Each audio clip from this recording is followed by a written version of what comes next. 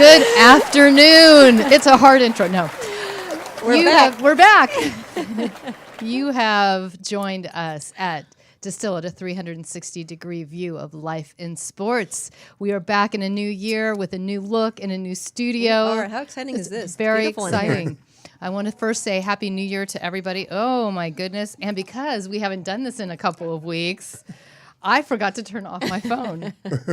So I will be doing that right now. But we are very, very excited to be back here in our new studios at UBNGo in Burbank. Can I start saying downtown Burbank? No, downtown Burbank. Officially, really, I think it's more Toluca Lake, actually. It feels like Toluca Lake. Okay, well, it sounds like... But we'll go with Burbank. Downtown Burbank to me. Okay. Anyway. Anywhere you go is downtown. We are excited to kick the year off with a fantastic guest who I'm going to introduce in just a moment. But first, I want to welcome and say Happy New Year to my esteemed co-host, business partner, friend, whatever. All of it. All of that good stuff. Amber Switzer, Hi. Welcome back. Thank you. How was your holiday? Well, as you know, I had sick. Sick. Exactly. Ruptured eardrum, but now recovering. And I'm so grateful to be able to have these on and be comfortable and be able to hear. And I know. So I'm looking forward to today. Yeah, this is nice. We're very excited. And we are joined by our engineer and lovely friend, Ryan. No mic. Oh, no. How are you going to talk? We have to have a conversation about like what's going on in sports. So they'll just have to yell very loud. Okay? That puts all the pressure on our guest today to take Ryan's spot. That's discuss right. all that's happening in sports. That's right. Fortunately, he's well versed. So That's we're right. going to be in good hands. And we want to welcome all of you who have joined us from all over the world, as I'm seeing, which is very excited. Thank you for joining us today.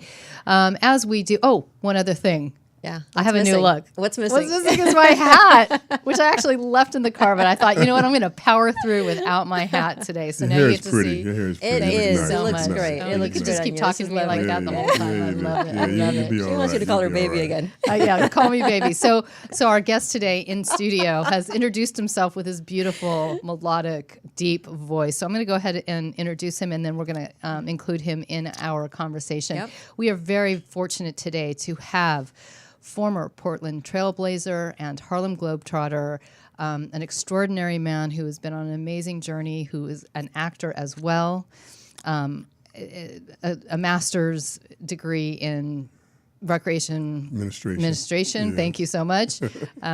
Ron Teddy Bear Knight, who I like to call Teddy Bear, not just Ron. Welcome. All about the hugs and love. And I love how tall I look sitting next to him. I know. Actually, I think I made the right choice by putting you guys together, because if I sat there, Yeah, I would you look would like have a looked munchkin. exactly. This I is can feel getting warmer on this side already. So before we launch into our discussion with Ron, as many of you know who listen to our show, we like to have a few minutes about what is going on in sports. And there has been a lot going on in sports since we last spoke. But I think the focus for our discussion has to be, unless you bring something else up, it has to be football. Right? How can it not be? How can it not be? Okay. Ron, Are you a fan? Teddy, are you ready? Yeah. I can You're roll ready? with that. Okay. I can roll with that. First thing I want to talk about are She gets very excited over football. I love all sports, but football is my heart. The hitting, the violence, the quickness, the running. Just the All of strat, it. everything. I love it. I just love it. Games take forever, though. No, not really. I enjoy it. they take forever. Anyhow, so first of all, let's talk quickly about the college playoffs, the national championship, and also a lot of the bowl games, which I have to just say something. Yeah. Oh my gosh, I won't remember the name of it because it was 6 words long, but it was like the so and so 450 liter power lawnmower bowl. I was like, are you kidding me? And these poor announcers had to say that every single time. Yeah. I'm sorry. There has to be a stop to the ridiculous naming of all of these bowls. Right. Really. It used to be very nice. It used to be 10, 15 bowls that were named. Yeah, simple. A few sponsors. Yeah. Honestly, and now that everyone one, needs a bowl. I should have written. I don't mind them having a bowl. It's good for the universities. They make money, and I think it supports the athletic programs. But you want an acronym. I don't want a 6-word bowl. You don't even. That was the sponsor's name before you got to whatever the bowl it was. Yeah, I hear you. It was ridiculous. Right. Okay, so that's I just had to say that. You coped well with it. No, I had a rant. I had a rant on the day. Every time the poor announcer had to And say another it. one today. And now another one. Okay, But I get but to now rant you're on- okay. I now have a platform instead of Yes, just doing it in my exactly. bedroom going, what the hell's wrong with these people? We should say a big Congrats to Clemson. It was not a good game. Did you watch, Teddy Bear? Yes, I did. I'm a very adequate sports fan, and I was surprised. Even Vegas had Alabama winning by so much, and I couldn't believe it. But Clemson, they were catching all the passes. The quarterback was on time. The young guy, 19 years old. Oh, wow. man, he Was is going to be phenomenal? good. And his poise and his accuracy was phenomenal. Yeah, I I really think enjoyed it. I really Clemson enjoyed it. completely deserved to win that game. Sure. I can't believe that Alabama fell apart so badly. Right. I kept thinking, they're always a second half team. Yeah. And I kept thinking, the third quarter is going to start and it's going to be like they're going to even up really fast. And it was just Absolutely. you're waiting for it and you're waiting for it. And it was like, boy, Dabo Swinney got Nick Saban's number, huh? Oh, He did. I liked Dabo. I was happy for him. Yeah. what a surprise! What a surprise! It was. I think they're going to be the team now, the dominant team for the next 5 years at least. A lot of young players, a lot Yeah. of new players, Right, young, Yeah. and freshmen. Well, now he's going to be able. able to recruit like crazy. Oh, Sure. that's Yeah. a draw. That Yeah. makes them want to come there. The They want to money, be part of a winner. I know. And I was very sad because we are in Los Angeles or downtown Burbank, that the Pac-10 or Pac-12 now did terrible in their bowl games. Like, it's very disappointing. Yeah. I mean, when I obviously we always want USC to be right in there, and they weren't. Oh my gosh.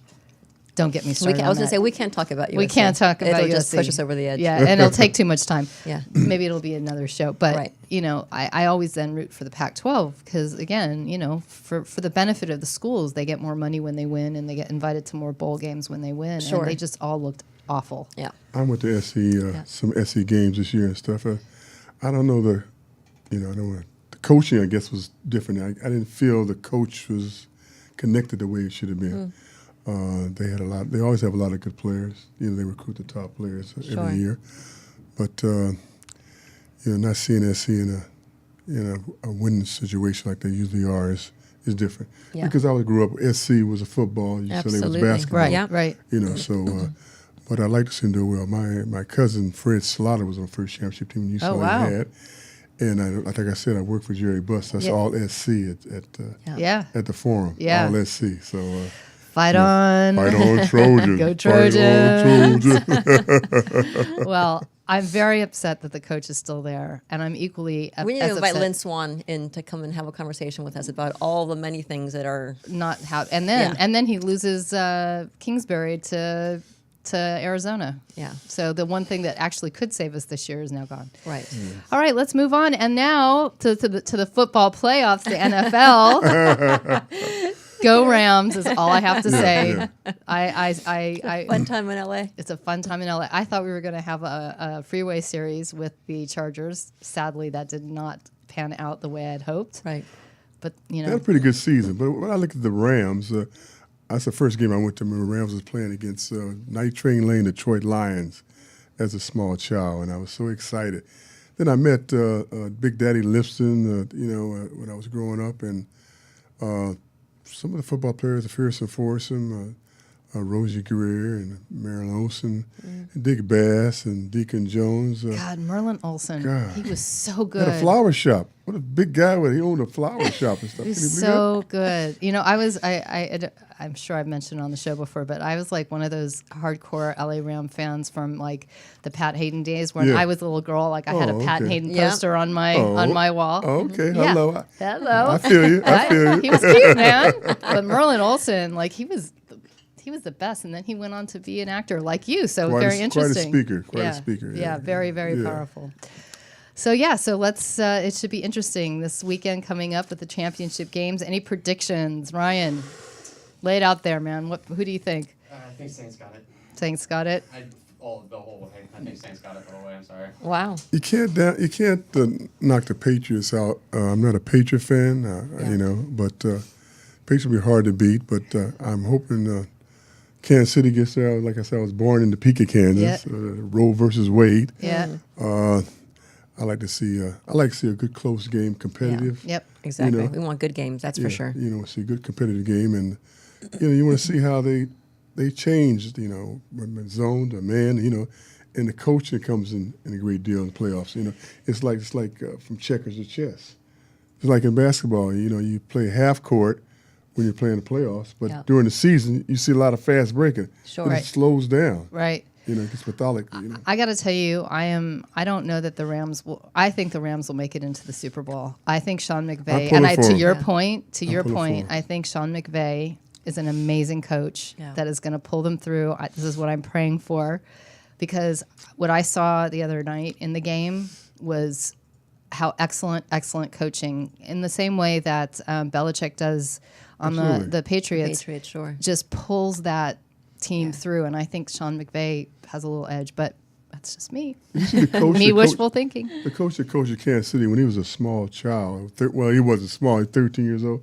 He won the throw contest as a quarterback. Everybody was so small and he was so big, you know, when he was a Yeah. coach.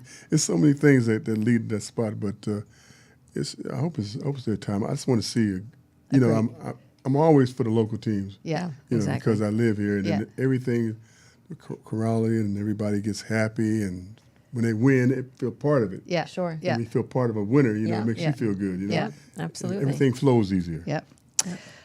Well, now that we have had the football roundup here on Distill It, before we launch, Have you had into- enough, though? Do you feel satisfied? We talked about football enough? For now. For now, okay. For now. Wait, listen, the football season's always ending, more. and you know, it is like, for me, it's painful because know. I love other sports, but I love football. Yeah, so I get it. I got to get it in before Yes. it goes away. Yeah.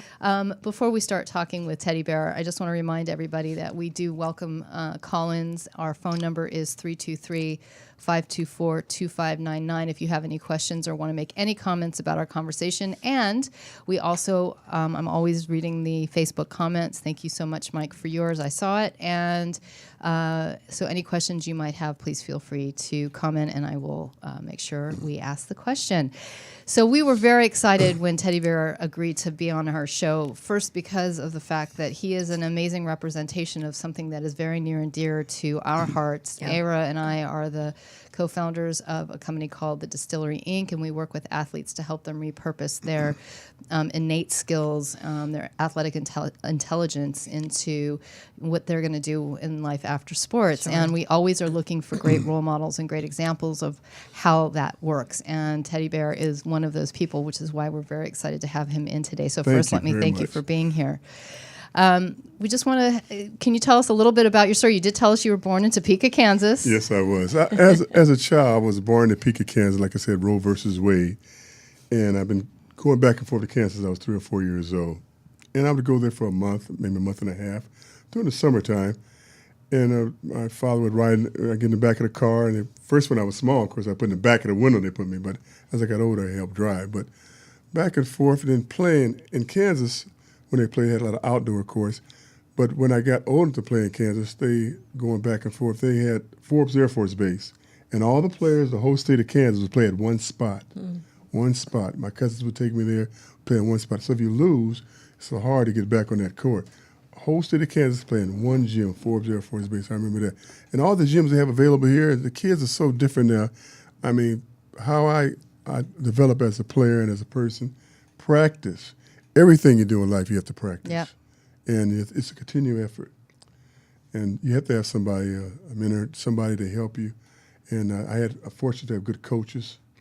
And, That's something that I think every athlete we've had on that's been a success in any way, shape, or form has always gone back to great coaches. Sure. You really need to have a great coach, don't you? There got to be some love out there. Yeah. Got to be some love Yeah. everywhere. That's true. Now, guys, I tease Teddy you. Bear. I'm just Yeah, I'm teasing. teasing too. Focus, teasing. Teddy Bear, focus. Focus, yeah.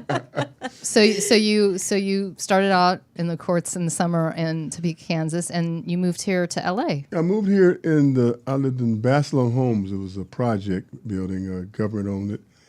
And I remember staying out there in the Sun Valley by Handsome Dam. And I stayed until I was 5 years old. But there were no blacks there. It was basically European and people in the service. That's why people get the grant to stay there. And when I moved to Compton, grammar school, and then junior high, and now it's middle school, I guess, and high school. And the high school I went to was a phenomenon because it started back in 1849, or roughly that year, in 1917 opened. It used to be a college and a high school.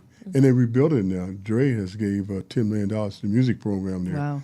And in fact, they had the Hall of Fame thing I told you about, and a list of people that have been there. Peter Rozelle, ex-commissioner of football, and you have, was it Hannon that did the Flintstones and Jetsons, and it's just a phenomenal people that have went to the school and stuff. And it's, Sure. and I didn't start off big. I was a small person at first. I remember You're not small now. No, I ate all my vegetables. Eat all your vegetables, all your greens, your carrots. It's so funny. Don Klosterman went there, Yeah. who used to be the general manager of the Rams. Yeah.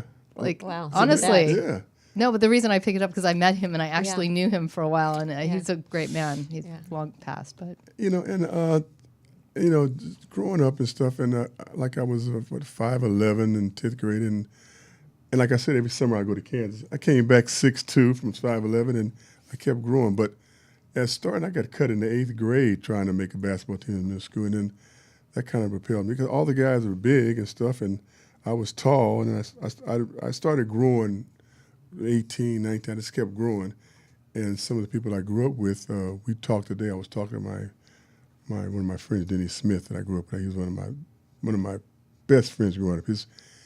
His daughter, not his daughter, but his sister, Nadine, she was the first black homecoming queen of Compton. And in the 50s, it was mostly white, 10% black. And then the 60s started changing up. But he was one of the best athletes I've seen. And then his brother played for the Rams, Bobby Smith, and the Detroit Lions. And they played piano. They were phenomenal stuff. And I was fortunate to be around people with a lot of musicians, a lot of music people in Compton.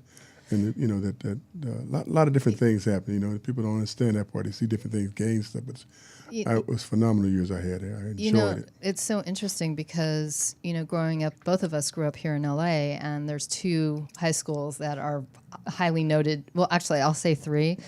One probably because it had a television show around it, but Compton and Crenshaw, right? Yeah. And if you grew up, you knew about them, right? For many reasons, right. Sports being kind of the lead reason. You had a lot of amazing athletes coming out of both programs. Sure. So I think Crenshaw started about 1968 or something like that. Yeah, because Bill Smith, who's been on our show, was on the first team for Crenshaw. Compton's been around since 1859, something like that, and it's been around a long time. And you see the list of people that got inducted that I didn't know until I got inducted in high school, Hall of Fame, and I said, God, look at all these people. I just, I never thought that, that I could be around and be in the same circle or be in the same, listen to the same speech with them or list my name and stuff. It's very interesting to me. So you went from high school to college and... Yeah, I went to Harbor College. The first year I kind of stayed with my aunt in Los Angeles, and first year I had to wait out because they wouldn't let me play at Compton College, so I waited out a year, and I played the next year in Harbor College. And at that time, that was a training point in me because I played against AAU players. I played against guys 20, 23 years old in the service and older, and I was only 18. You were just going getting pickup games? Yeah, a lot of bump. And then, at that time, we didn't wear mouthpieces and stuff like that and pads and stuff. And when you fall down, nobody helped you up. Nobody. These people wait there. Back in the days. Can I get up, please? Can you help me up? No, you had to get up yourself. Nobody pick you up off the ground. Come on now, What he's basically saying, folks, are kids are wimps today. Yeah, They're different. They're different. I mean, they eat better food. They have more coaching and private trainers and fly a plane. I don't know how many, I can tell you about the bus trips I took with the Globetrotters, but they have their own plane and stuff now, and it's different. The and the meal money's different. The meal money's different. So Yeah. you eat the White Castle hamburger and stuff like that, and go in different places. I mean, you'd make things stretch. I remember I've always been a saver because I had a paper route when I was young. I had 126 customers throwing papers. And the papers had to be on the porch at 6 o'clock. I had to be at school at 8:15. I had no car or nothing. I was riding my bike. And I remember guys passing by me in their car in the lot, and I'm on my, first was a bike, then I had my motorbike, And I mean, when I went out, I double dated. I was always riding the backseat of someone's car. So the first car I had didn't have an engine, 58 Chevy. And I kept it shining. It had baby moons on it. I was shining sparks. I said, when you going to drive? You couldn't I said, drive I'm going to drive it. I'm going to drive it. But it didn't have no engine. If they lifted the hood, I said, oh, my God, there's no engine here.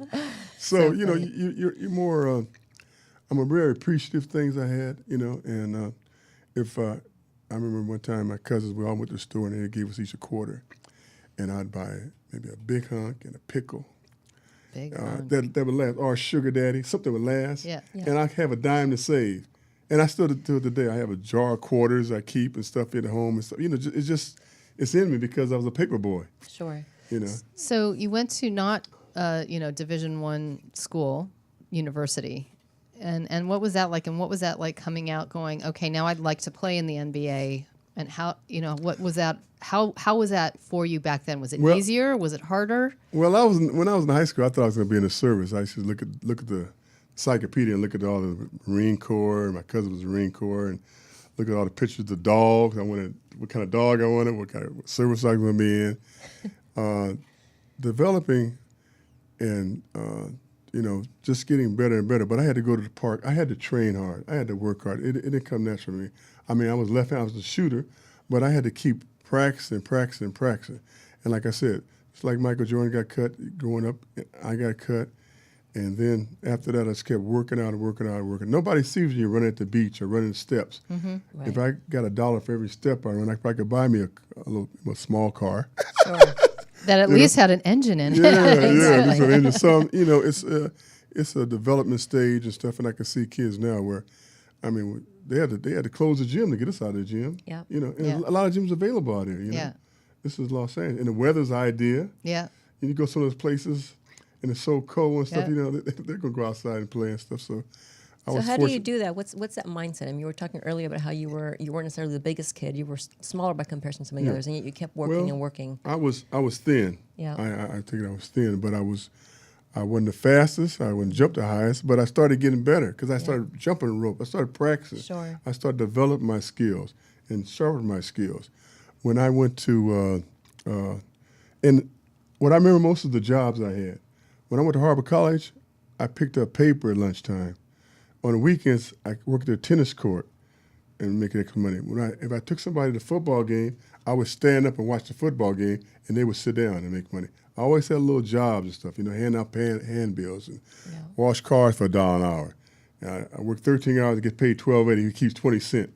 The last car we washed was the boss's car, Southgate. I remember. So those things that develop as a person, and you start appreciating, because you can learn something from everybody, whether they're small, big, poor, rich, But when I went and talked to Special Olympics, I worked there for 10 years, Special Olympics, kids with last wish, you can see some of the advertisement now. Right. And these people have, body and soul and all their limbs and everything's working and they're not doing anything.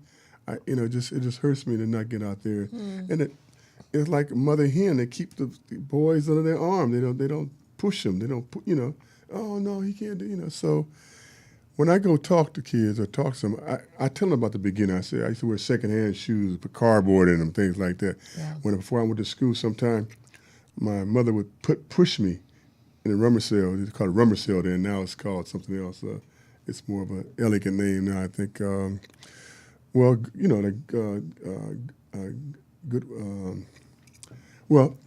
Goodwill. Yeah, Goodwill. Yeah. But he pushed me in front. I grabbed the clothes till my mother got in there, and I picked clothes out, and everybody had maybe first shoes. I started getting Sirius and Robux, and Sirius and Robux were together. Yeah. So it's things now that kids now they get brand new shoes, $200, $300. Sure. They ain't walk around looking pretty. Yeah. Come on now. I got to tell you, there's a part of me that's feeling extra old because I totally agree with you. I feel like my grandparents going, kids nowadays, Oh, my But God. listen, both of us have 6-year-old boys. Uh-huh.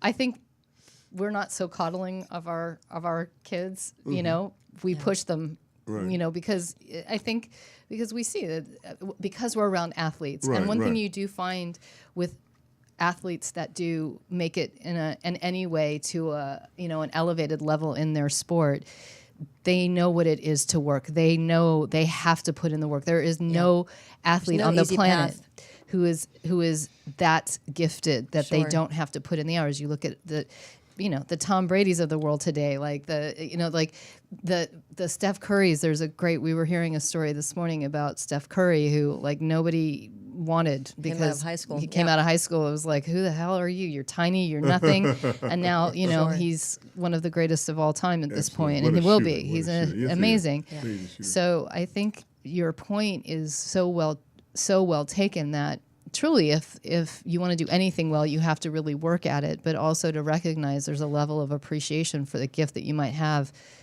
because you can't, it's not, without that extra work and that extra focus, it's not gonna take you where you really want to go. Sure. I have a daughter that I remember she was riding on a tricycle and I was on my bicycle, and she fell off a tricycle, and tears coming out. I said, "Are you okay?" "Yeah." I said, "You still want to ride?" "Mm-hmm." And I knew right then she had something special. So when she's in St. Bernard's Catholic school out by Plato Ray, and she was playing. She was on the team the first couple of games, or the first game. She didn't play at all, and I saw tears in her eyes. Her mother wanted her to quit. Yeah. And I said, "No, you're a pony. Just learn the game. First, you got to learn the fundamentals, learn the mechanics of the game first." Then she wound up being a state champion. Yeah. Getting a scholarship, UC Riverside. Now she's a doctor for 10 years up in San Francisco. Right. And I could see the development. I could see a lot of myself in her, and it's so much genes. But, I'm saying that it's just amazing to see somebody, and women catch on a lot faster than boys. Come on, you know that. Yes, we Hello? do. We do. Yes, we Hello? do. We do. Actually, nobody in this room is going to disagree with you. I mean, God, it takes so long. The girls How dare catch you, on. Ryan? I taught at Jewish school for 13 years. Yeah. And I was the only black person there. And I Which put up, one, I put just up a, out of curiosity? Torrey Hine Academy up Yeah. in Los Angeles. Yeah. And, I'm teaching kids from 3 years old to kids turning 14. And they wonder how I could get kids to do things, Sure. And I work with the senses. Hear something really good, something nice, good, or something musical, the rhythm. See something pleasurable, taste something good, and sound effects, noise, movement, and have them laughing. And if you see a kid that's not really catching on, Yeah. you pick him up and put beside you. Let him be assistant coach today. Yeah. And then we had stickers and things like that. Bill has that at his Yeah. camps. No, he's You give him great with stickers and kids. stuff. Oh, he's the best. He He's the really best. is. Yeah, yeah. My son played at his camp this summer, which is how we met him, and I was you totally go to Big amazed. Bear? You ever go to Big Bear? No. Big Bear and Teddy Bear, they know me up there. Boy. I tell you, I love the mountains my up there. goodness. Yeah, they know me up there. Big bear, teddy bear. I love that. I love it. Yeah, I love it up there, boy. Yeah, it's like a lot of good friends up there. A lot of memories and make you feel warm and stuff. Make you feel really warm. Even when Moving it's on, snowing. I want to hear. So this might be a little known fact, but after college you went and you were drafted and you played for the Portland Trailblazers, Yes.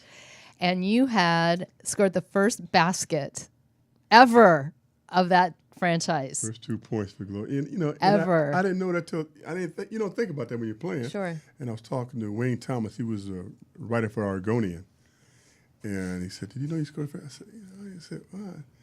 Oh, okay, yeah. I remember getting a pass from Adam, and Adam was been the coach of different teams, and Jeff Petrie worked with Sacramento Kings, and it was the Buffalo Braves, which is the Clippers, and you had the Cleveland Cavaliers and Portland Trailblazers. They all joined it the same year, and we had the best record of the three teams.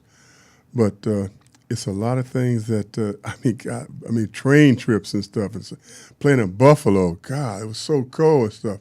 That's how I got my nickname when I played with the Trailblazers. I was in Chicago, and I decided, because they had a stove and a refrigerator, I loved the cooking, adapted the food and stuff, because I was always in the kitchen with my mom watching her do things. Yeah. So I said, I'm going to go walk around the corner and bring some, something back from the state store. And as soon as I crossed that around the corner, that wind hit me, my bones froze in my face. I said, I saw the store, but I couldn't quite reach it. I went back to the hotel. Next day, I went to State Street and bought me the synthetic bear coat. Not real, but it was warm. Yeah. Synthetic. So I walked in, we played against Chicago Bulls. And I walked in there, and I said, Coach says, "Oh, here comes the big teddy bear." I said, "But I'm warm though." And That's how I name got my stuck. nickname. That's how I got my nickname. But my aunt called me Rudolph because my nose is shine when I used to wipe my nose like that. She said, "Your nose is shine, Rudolph." And then Coach, I don't know if he'll call in today. Coach Miller called me Tub. I guess I don't know, it was hard to move or what. I don't know. He might call in today. I hope he calls. He's I got to tell 90 you, years old. I think Rudolph and Tub are not as good as Teddy Bear, so I'm Oh. glad Teddy Bear is the one that's Teddy bear, stuck. yeah. I got to tell you. And you kinda are. You're fits like me. a big Teddy. It Oh, I does. try to be lovable. You know You that. are, Teddy bears you give are. hugs. Come on now. Hello. Hello. I'm gonna have to pull you guys apart again. No, but I saw one of the articles that I read that about that particular basket. You made a comment about how that will be a record that will never be broken. Yeah. And I Sure. never thought about it that way. Like, you're right. You got Yeah. something that It'll always nobody be you. nobody Absolutely. else can do. I don't So care how great. long they've played. You know, That's amazing. I've been very fortunate. I think I have angels around me because of certain things that happen in life and stuff. I remember when I was small, I fell out of a 2-story building playing hide and go seek and was knocked out. And when I was living in the projects, my father worked on the Pacific Railroad and fell out of a car while the car with the back door was open, and I rolled under the car and had scabs on my face. Different things happening. Everybody has a story. But, everybody has something that made them better, Sure. I think. And everybody wasn't born with a gold tooth Right. in their pocket or whatever. How do you say it? Do you have gold teeth in your pockets? I may by the end of today. Today is young. So, how did you make it? What was the leap then from the NBA, Harlem Globetrotters? Well, when I played for Portland, I remember the Globetrotters came there when I was playing for Portland. Yeah. And of course, the first year. And Globetrotter, we had to put more chairs out for the for the Portland Globetrotter stuff. But what I saw, like I met Statue Page, one of the all-time pitchers. He come. Yep. Everybody, we played different places. Globetrotters would come in the back of the locker room. You could talk to him and stuff, do Sure. things, And I saw Marcus Haynes when he dribbled. He practiced dribbling with a tennis ball. That's how he got. He dribbled with a tennis ball. Boom, boom, boom, boom, boom, boom. And when I played for Bill Armstrong at Compton High, everybody that went to Compton High know one thing: ball handling was number one thing. Yeah. Ball handling, putting the ball between your legs. We did that in Compton High, and just some of the things that were different in Kings and Queens. I played under 40 people watching the game, and all servants and stuff, serving food and bringing them stuff. And 40 people watching the game. Played on aircraft carriers, out in the ocean, aircraft carrier. Played in tennis with it's raining. Sometimes we got little rain money.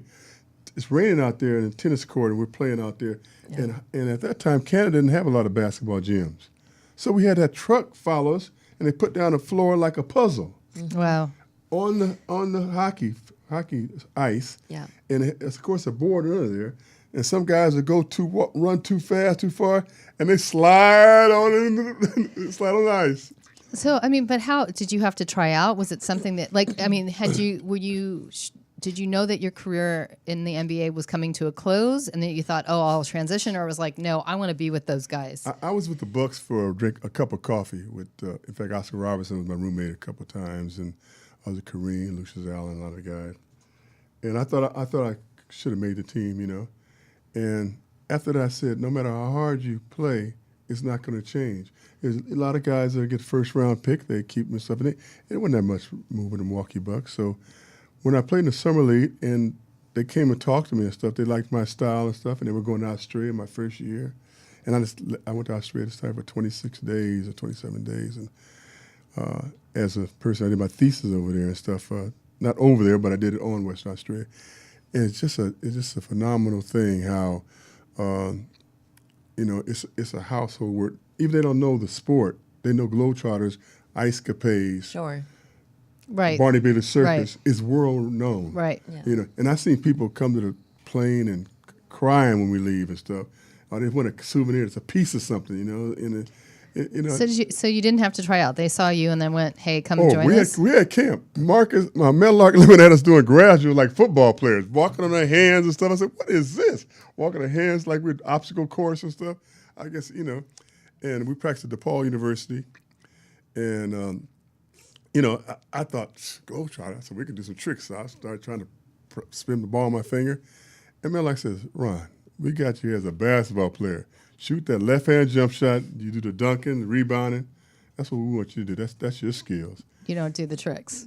I do. I just ball hand. I got tricks I can do. Yeah. But I'm not a comedian. Right. You know, I'm a funny guy by life. What about the team that you guys played with, what was it, the Generals? Everybody says it. The Generals they saw on ABC Sport, Wide World of Sport. Oh, so that's not who you played against? No, we played a lot of teams. House of David. We played against Italian teams, different teams. We travel and stuff. But like I said, the Globetrotters started when George Mikan with the Lakers, Minnesota Lakers. They beat the best out of 3 games. The Boston Celtics, they beat them the best out of 3 games. They got established. Right. When I was talking earlier, Marcus Haynes and George Mikan, they bumped each other and thought it was going to be a fight or something. But they got established about being basketball players. Everybody wanted to see the dribbling. Yeah. You know, we had some great dribblers. You know, Marcus Haynes, Leon Hiller, Freddie Neal, that's Curly. Curly, and, yeah. And Geese Osby. Oh, Geese was. I mean, he's funny to me. You know, Geese Osby and Meadowlark, and Twiggy Sanders. They had a lot of different comedians and stuff. It was just phenomenal. But it's just a feeling, you know.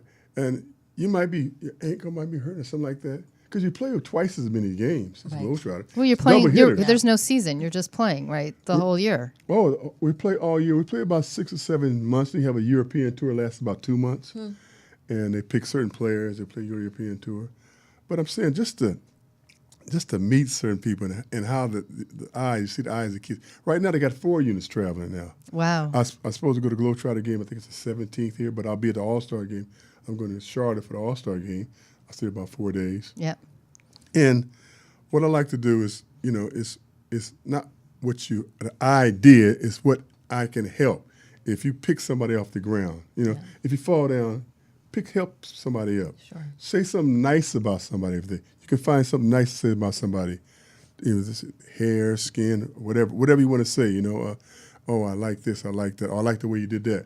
And like when I was coaching, I said, well, you did this, but let me tell you, the best way to do it is like this. But I appreciate you did that. That was really good.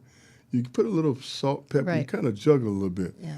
And as I was saying, when I was working with the kids at school, you know, to see the 3-year-olds, I knew a lot of different games and recreation stuff. I knew a lot of different games and you see them play different games and see them active and happy and stuff, and they see you. And the kids are like animals because the first thing they do is come natural. Yeah. They come and grab your leg and stuff. Yeah. And I can't sit down because they all want to sit on top of you, you know, like you're Santa Claus, you know. And, you know, you teach at an Orthodox Jewish school, you can't touch the teachers or anything. Right. I remember when I left after 13 years, because the guy said, oh, hi, Coach. Yeah. You know, I said, We're it's gonna okay. miss you. I think I know. We're So, gonna I'm miss going to you. miss you. Yeah, you know. And I see him now in the neighborhood and stuff. I live in an area that, you know, I stay at different places. I love the beach, you know. Yeah, so. Sorry, go ahead. Oh, I was going to ask, at what point in your professional career do you start to think about what's next? I mean, at some point, and like you were talking about, the aches and pains do catch up to you, and you're no longer going to be doing basketball. So when do you start thinking about what's next? Well, I had a little drama in school, drama classes and stuff. And my first commercial I did with Pastor Reuben Beer. I remember, and at that time I had a beard. Yeah. And You had a beard? Yeah. You still have a beard. Yeah, I still got a beard, yeah.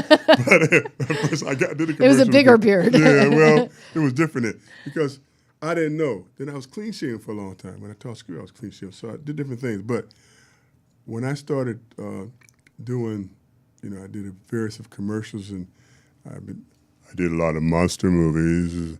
I'm looking for the blue star. I mean, things like that, you know. Yeah. The voice, I love your voice. Yeah, so I saw something I liked, and I did. And now when I watch TV, I use it as a learning curve. I can see how they place the camera, which is next. You can see somebody going to come to the door, how the camera moves. Yeah. The next scene, crime scene or something like this, you know, or comedy and stuff. Comedy's my favorite thing. No, Comedy, really? I love. Comedy's my favorite. I love to laugh. So are you still a working actor? Yes, I am. Yes, I just went to this Christmas party. It was very nice at the SAG and After Christmas party, and saw a lot of people. And yeah, I'm still acting. I was Baldwin Town. I did a few things with her for years. Light Company.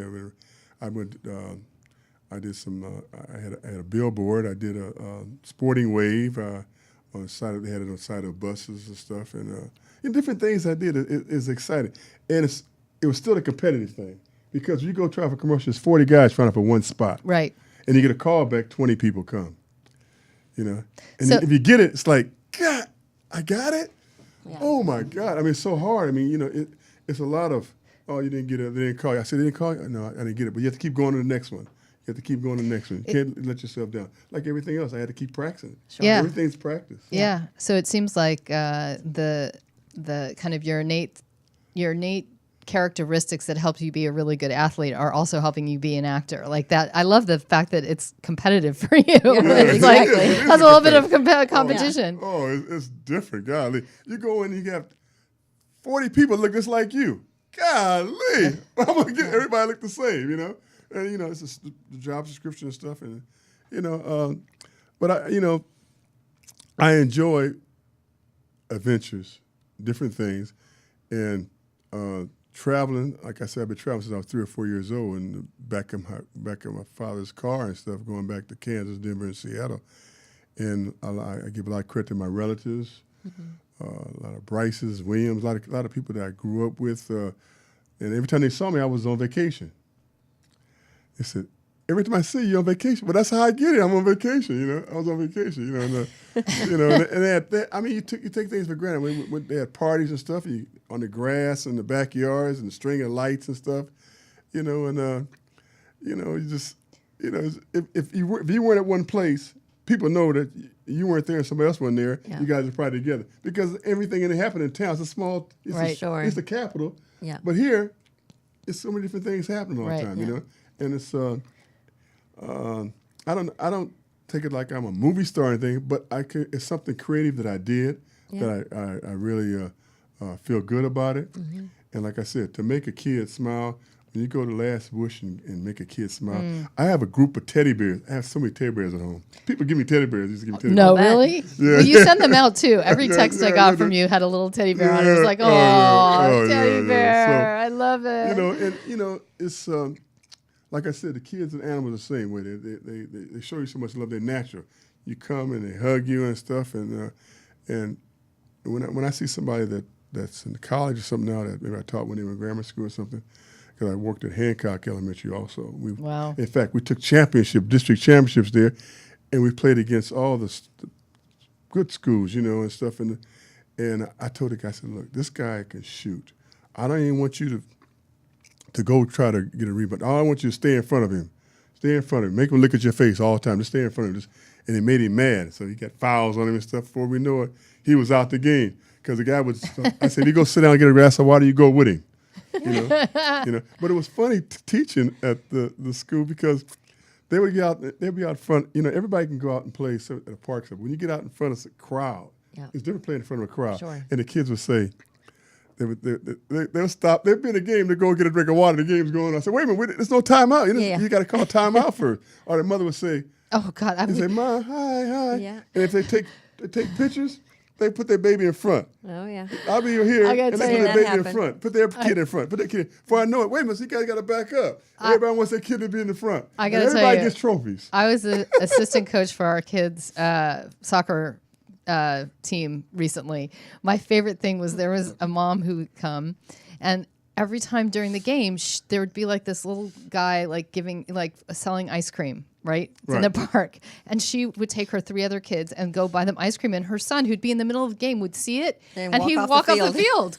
And he'd go for ice cream. I'm like, are you kidding me? Like, you cannot realize that you're... And he would go over there and she'd buy it for him. And I'm like, he's in the game. Yeah. What are you doing? You'll be playing a game, and they feel they got fouled, and they'll stop. Sure.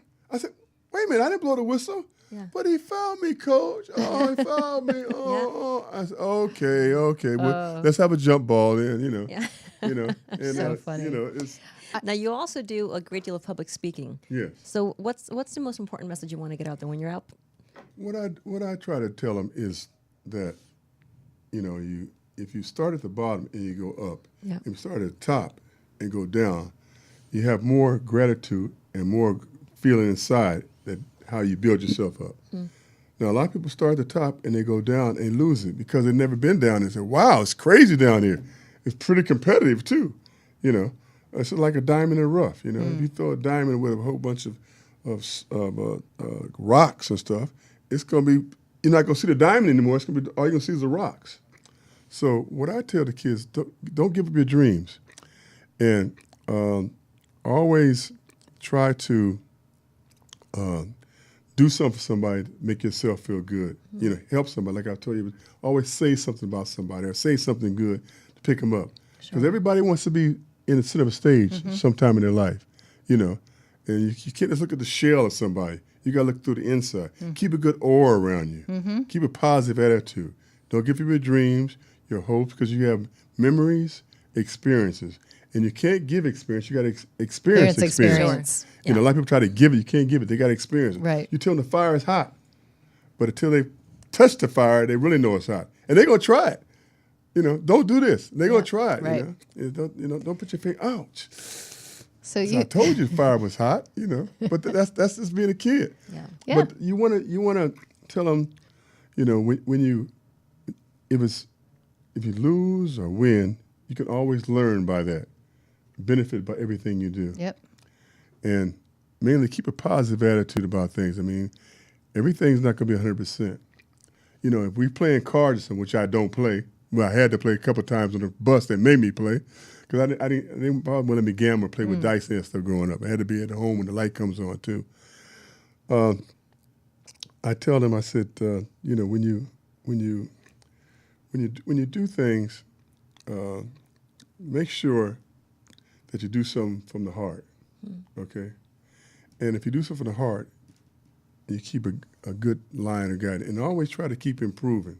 Whatever you do, try to improve, And like I said, when you lose or you do something you didn't win, give somebody a hug, A lot of those kids need that, especially now. They need 3 or 4 hugs. Yeah, sure. Because they're not tough. They need a lot of hugging. I don't know what they put in the food, but golly, I said. So we're getting close to the end of the show, if you can believe it. I have one last. God. I know. How time flies. We're just getting started. Crazy. I got the 5-minute over there. I was like, no, I can't believe it. I wanted to ask you. You've been commended by the President of the United States when you were on the Harlem Globetrotters. Absolutely. You've played against some of the greats in basketball, including Wilt Chamberlain. Right. You have, you played with a great in the Harlem Globetrotters, and that's Meadowlark Lemon. I mean, he really, I think, he pushed that team beyond. Tell me, who was the most influential person that you ever played against, or that you met, or that you worked with? That's not your family, because I know it's always the moms, which, yay, go moms. Yeah. But a lot of things that I've seen, like John Roseboro, Tommy Davis, that played the Dodgers and stuff. And I first saw him at the park, Cressy Park. Most of the players at Compton grew up at Cressy Park. Later on was Luders Park, but Cressy Park now is. And, I got a pencil autograph and stuff, and I took it and put it in there. And things like that are my first trophy. The first trophy I got was about 2 inches high, and it meant a lot because the most improved player I got it for. And I kept improving. That was the most important trophy I got. That first trophy, most improved, I shined up, put it on the mantle and stuff. When I walked in. I'm most improved. Yeah. And things like that. But the people the coaches, Fred Kennedy in junior high school, with Enterprise, he brought teachers from the South to Compton to teach and stuff out of his own pocket. Yeah. He passed away recently, and I talked to his wife. She said out of his own pocket he brought to Bill Armstrong, which was the coach that you see us walking home. Bobby Watkins is a good friend of mine. We were walking together, and he said, "Where you guys going?" "We're going home." "Get in the car." He talked basketball all the way till you get to the house. He's trying to play. "What do you think about this play here?" You have to play. And those kind of things, those things that help you, little things that tell you. And you can always learn for 2 or 3 words. People say, like my Harriet raised me up, she said, "Don't leave house half-cocked." In other words, make sure you got everything together. Yeah. Make sure you got whatever you need to get it, because when you leave out, you're in the world by yourself now. You're going to lose it if you don't keep it together, To this day, I try to have zippers in my pocket and stuff. And I could use that advice. Thank you so much. I appreciate it. But that in terms of people that I met Wilt and as a as a person, and played with him with the Bucketeers. Meadowlark had his own team. We was on Sports World, and that's when Bruce Jenner was announcer then. Yeah, I did a sketch with Bruce Jenner and stuff, and Meadowlark, and he never forget a name or anything. And what a phenomenal athlete I saw him, and how he worked, volleyball, how he did. He was playing against the pros as a high school player, and averaging 40-something points. I mean, just people don't know how much it takes to work. When you see the shiny star, you see a shiny star. But you don't know what it took to get shiny. Exactly. How long it took to get the shiny. How you get the rag here and shine it, wipe it off, and put this on and that. I mean, it takes a platform. It takes a skill and somebody to guide you. Yep. You don't get anywhere by yourself. Sure. Nope. You have to have some help. So help somebody. Well, Help help somebody. somebody. Well, we want to say thank you so much, Teddy Bear, for helping us because Well, this I'm is glad. something that we're practicing at every week, and we're very grateful for Yeah. all of those who watch our show and who join us on our show to help us practice. And you're helping us out because what we really want to do is spread the word about how, life. Sports is basically a metaphor for life, and everything that you talked about today is good advice, whether you're an athlete or you're a parent or you're Absolutely. going to school and trying to get your master's degree or Sure. you're trying to be, vidcast host. Everything you said was very relevant. So thank you so much for joining us. We truly appreciate it. Yeah. We hope to have you back again And sometime. the 2 6-year-olds, you guys, just got to keep them Oh my God. keep them going. 2 6-year-olds. She's Yeah. my idol. She keeps her son like I want to be Ava one day. wow. How she's like it. Yes. That's where we start. Thank All the you. information. All the Yeah. information comes in when they're young. Yeah. Thank you so much, everyone, for joining for joining us. Again, people from all over the world, we really appreciate it. You can find us at thedistilleryinc.com on our Facebook page, The Distillery Inc. You can also find us on iTunes, Spotify, iHeartRadio, CastBox, and Stitcher. We will be back in 2 weeks' time. We're very much looking forward to it, and we wish everybody a really prosperous, wonderful 2019. We look forward to spending it with you. Thank you, Era, as always. Thank And thank you. you, Ryan. Have a great day. Thank you.